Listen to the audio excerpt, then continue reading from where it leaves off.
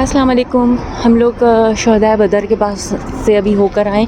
ये पूरा बदर ही है और ये शहर बदर है और इस मस्जिद के पीछे रसूलुल्लाह का ख़ैमे की जगह है जहाँ उन्होंने बदर का ख़ैमा नस्ब किया था और जहाँ मार्का बदर हुआ था।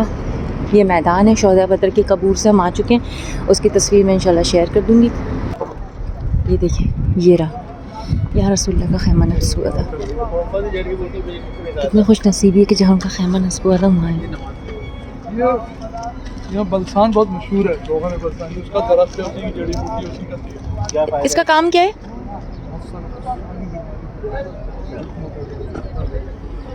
इधर इधर इधर